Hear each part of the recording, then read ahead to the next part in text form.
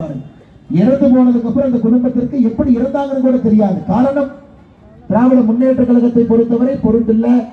நம்ம மாதிரி யாராவது கேள்வி கேட்டா, கேள்வி கேட்கிறவங்க மேல 10 கேள்வி திரும்ப கேட்டா புதுசா கேள்வி கேட்கிறவங்க ஓடிடுவாங்க என்று மிக மோசமாக இதை நடத்தி கொண்டிருந்தார்கள். அருமை சொந்தங்களே, இந்த ஒரு தொகுதியில நான் நிறைய குறிப்பெடுத்து வைத்திருந்தேன். கடந்த 5 ஆண்டு காலமாக நிறைய தவறுகள் நடக்கும் பொழுது ஒரு டைரியில் நான் எழுதிக்கிட்டே வருவேங்க. ஐயா, பேசுவதற்கு பயன்படும், பல இடத்துல நாம சொல்லணும்.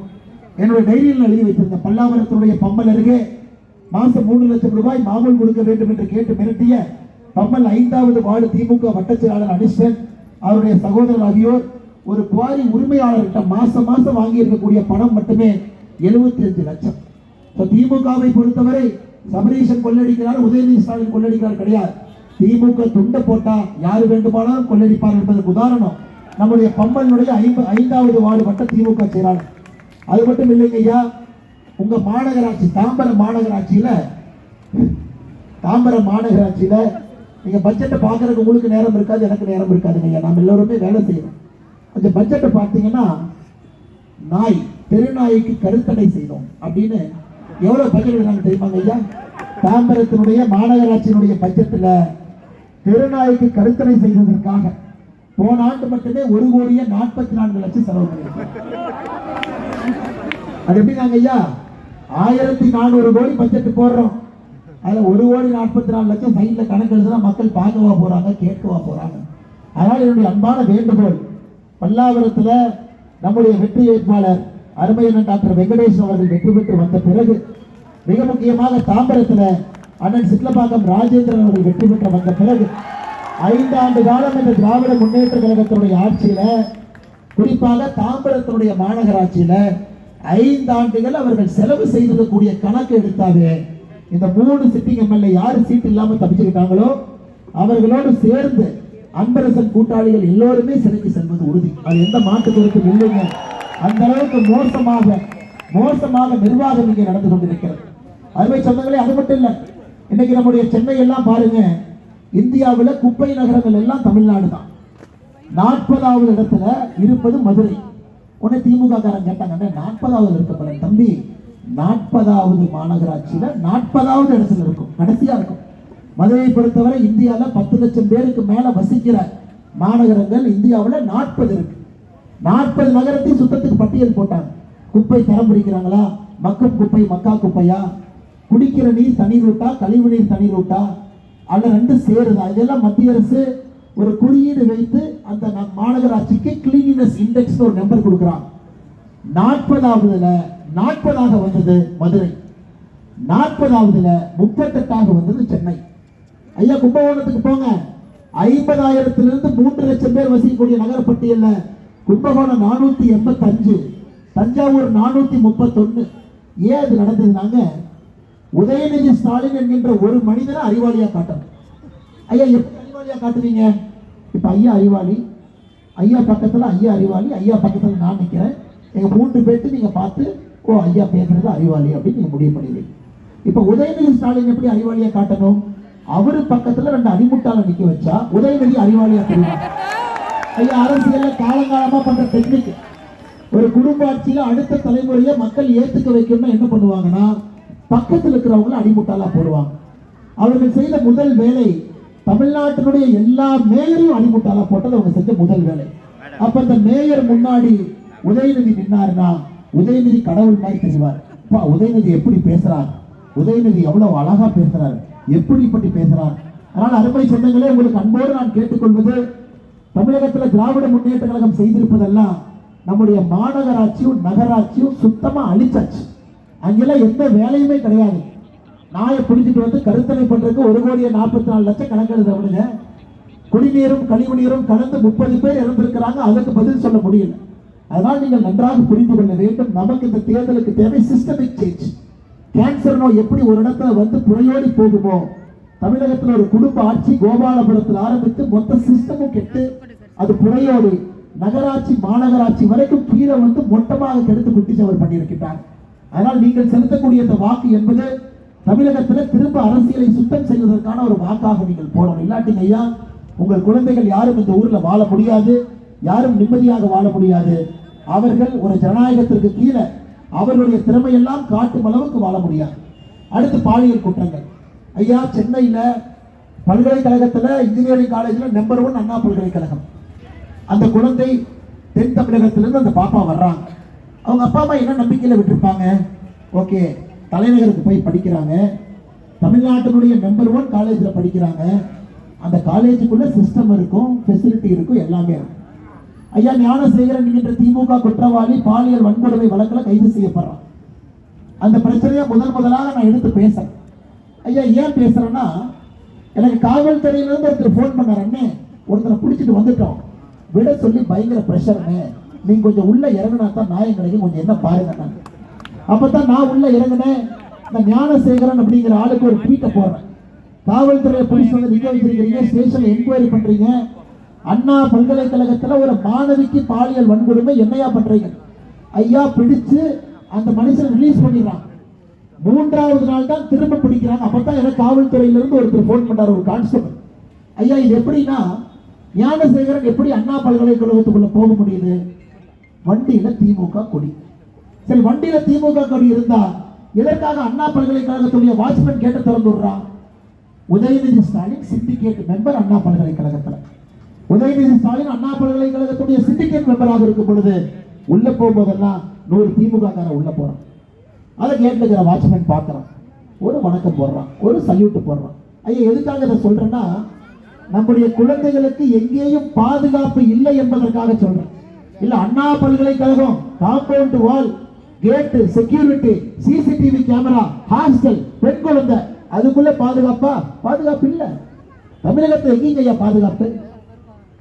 திமுக கொடி போட்ட கார்ல உள்ள போய் காரை பார்க்கிங்ல நிறுத்திட்டு ஒரு குழந்தைகிட்ட பாலியல் வன்கொடுமை ஒருத்தன் பண்ணிட்டு, இன்னுமே தமிழ்நாட்டில் யார் அந்த சாரை கண்டுபிடிக்காம நம்ம இருக்கோம்னா நம்ம ஜனநாயக நாட்டில் வாழ்றோமா? உண்மையாலுமே ஒரு குழந்தைக்கு நாம் நீதி கொடுக்கிறோமா? அருமை சொந்தங்களை நீங்க யோசிச்சு பாருங்க. ஒருத்தர் யோசிச்சு பாருங்க, ஒருத்தர் யோசிச்சு பாருங்க. அருமை சொந்தங்களை எப்படியெல்லாம் திட்டமிட்டு அதை மடக்கி வெளியே ஒரு உண்மை செய்தியை வரவிடாம திராவிட முன்னேற்ற கழகத்தை பொறுத்தவரை தடுப்பதிலே கில்லாடிகள் என்று உங்களுக்கு தெரியும். ஒரு உதாரணத்தை நான் சொல்றேன்.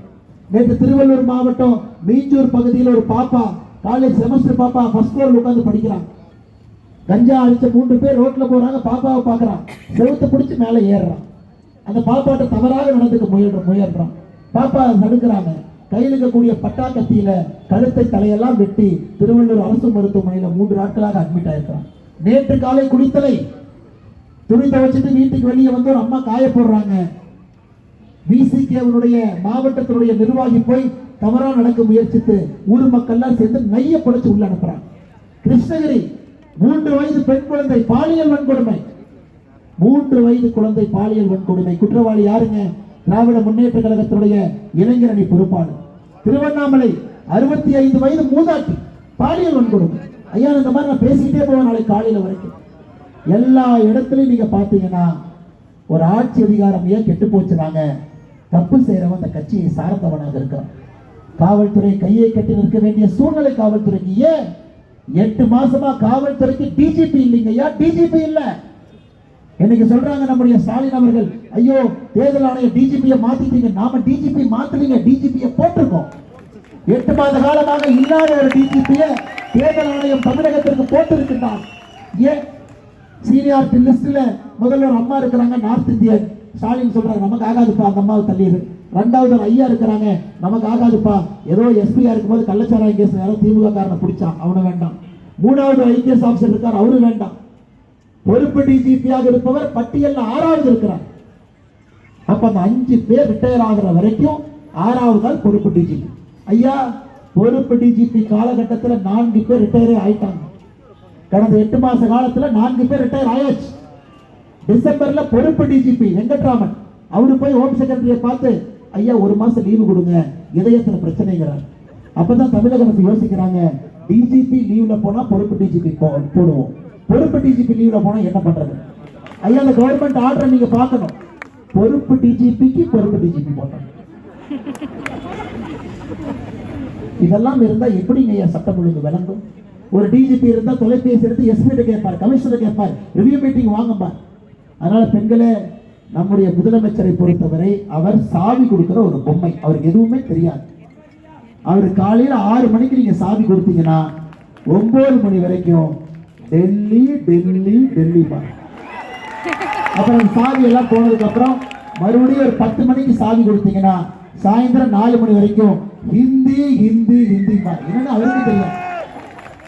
அப்புறம் நைட்டு திரும்ப 9 மணிக்கு சாவி கொடுத்தீங்கன்னா மத்திய அரசு வஞ்சிக்குது, மத்திய அரசு வஞ்சிக்குது, மத்திய அரசு வஞ்சிக்குது.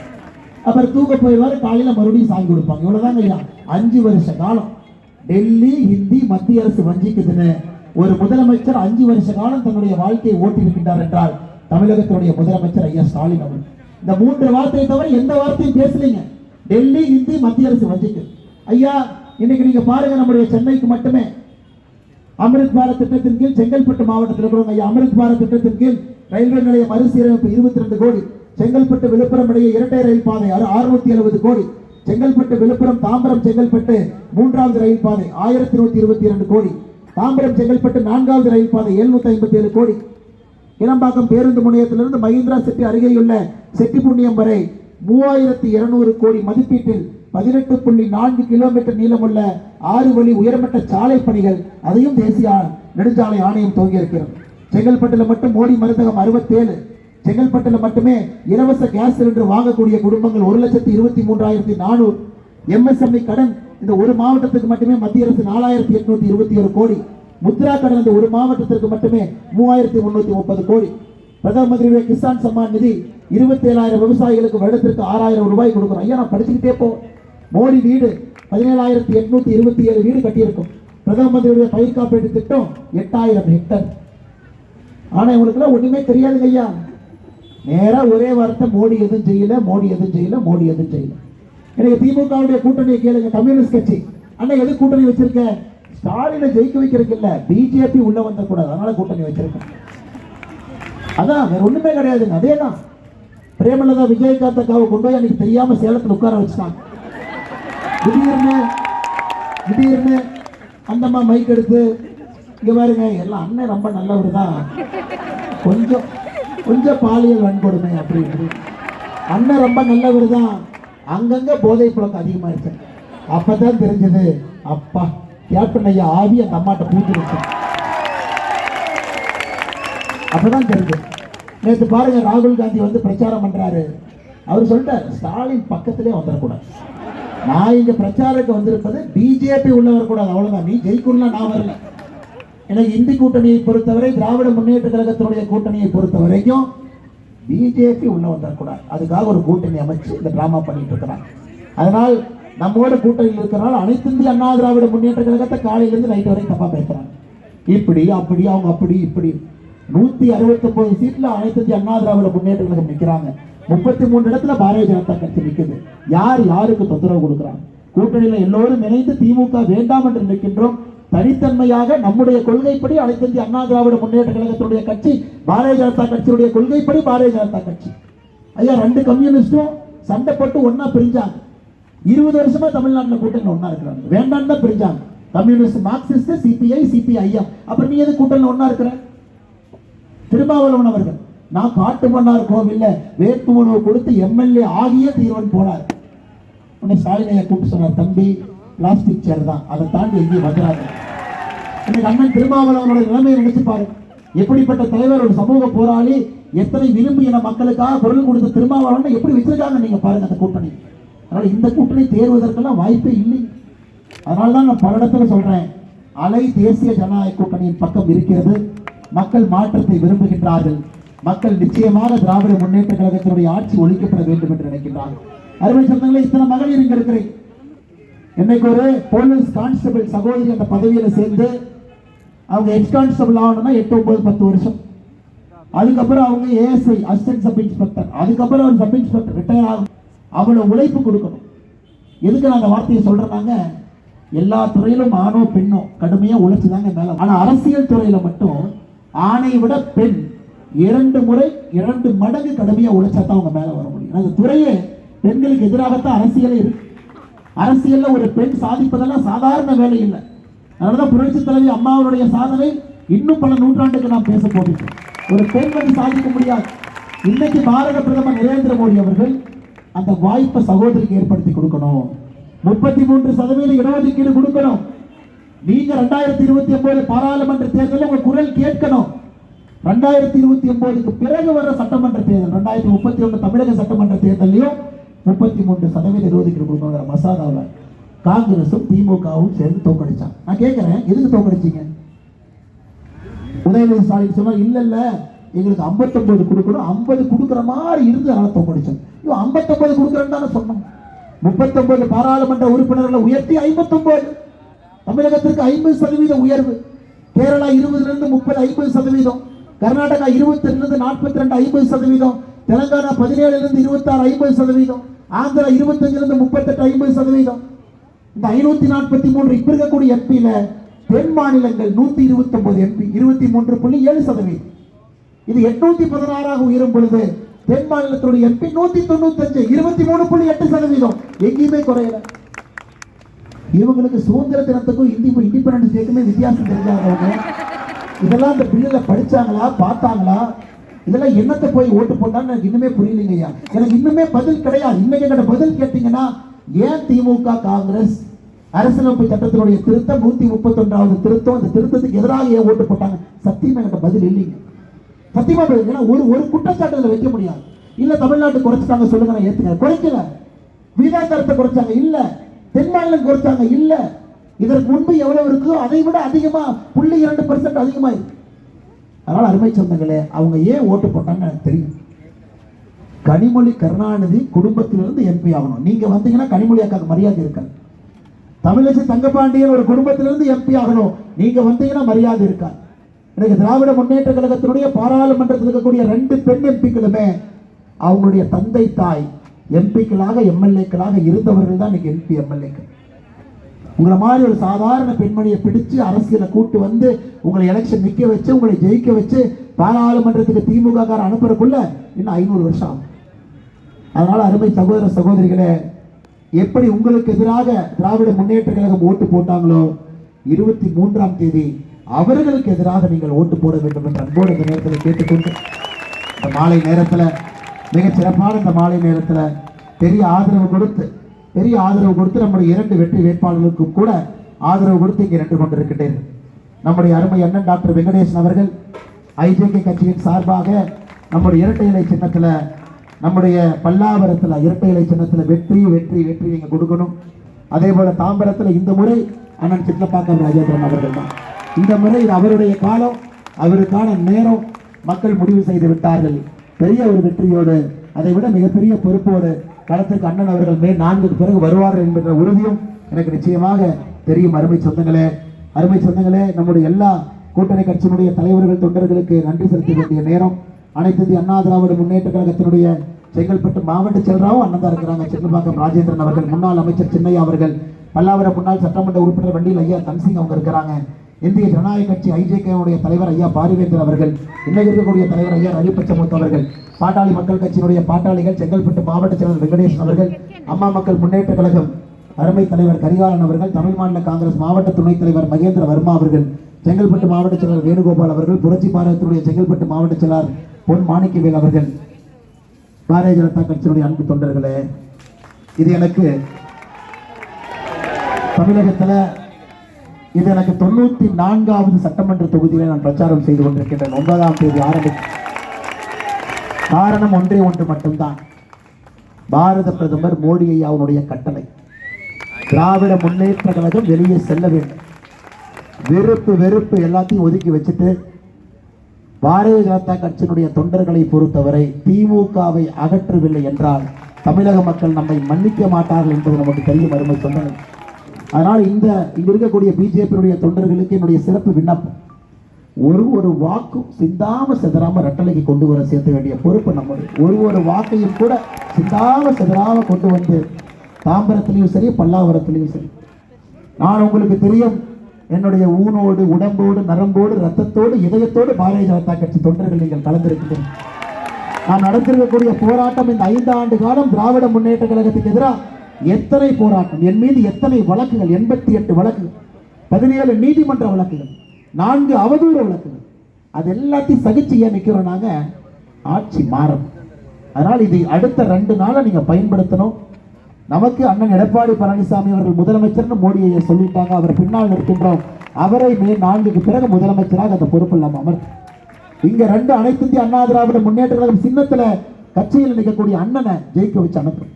ஆனால் பாரதிய ஜனதா கட்சியினுடைய அன்பு தொண்டர்களை மறந்தும் இருந்து விடாதீர்கள், இருந்து மறந்து விடாதீர்கள். ஒரு வாக்கையும் கூட சிந்தாம சிதறாம நீங்க கொண்டு வரணும். செங்கல்பட்டுடைய வடக்கு மாவட்ட தலைவர் சிங்கை ரகுராமன் அவர்கள், செங்கல்பட்டுடைய மாவட்ட துணைத் தலைவர் விஜயலட்சுமி அவர்கள், செங்கல்பட்டு மாவட்ட பொதுச் செயலாளர் பாலாஜி அவர்கள், குளம்பேட்டினுடைய மண்டல் தலைவர் குமார் நடராஜன் அவர்களுக்கு சிறப்பு வணக்கத்தை நன்றிகளை தெரிவித்து, பத்திரிகை நண்பர்கள், பொதுமக்கள், கடையில் இருக்கக்கூடிய அன்பு சொந்தங்கள் எல்லோரும் மறந்து விடாதீர்கள்.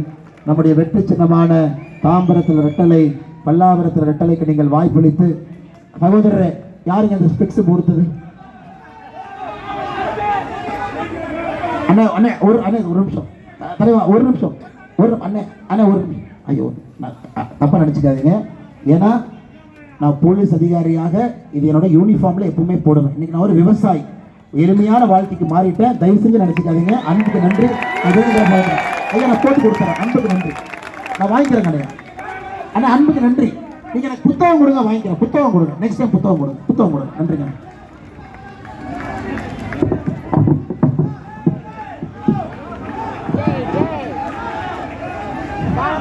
எல்லாருக்கும் நன்றிங்க ஐயா. பின்னாடி நிறைய பேர் இருக்கிறீங்க, திரும்பி பார்க்க முடியல, மறந்து விடாதீர்கள். எல்லோரும் நம்முடைய வெற்றி சின்னத்திற்கு ரெட்டலைக்கு வாக்களித்து வெற்றி வெற்றி வெற்றி மே 4ஆம் தேதி அரசியல் சரித்திரத்தை படைப்போம். எல்லா தாய்மார்களுக்கு, கடையில் இருக்கக்கூடிய அண்ணமார்களுக்கு எல்லோருக்கும் மறந்து விடாதீர்கள். நம்முடைய வெற்றி சின்னத்திற்கு நீங்கள் வாய்ப்பளிக்க வேண்டும் என்று அன்போடு கேட்டுக்கொள்கின்றோம். நன்றி, வணக்கம். பாரத் மாதா கி.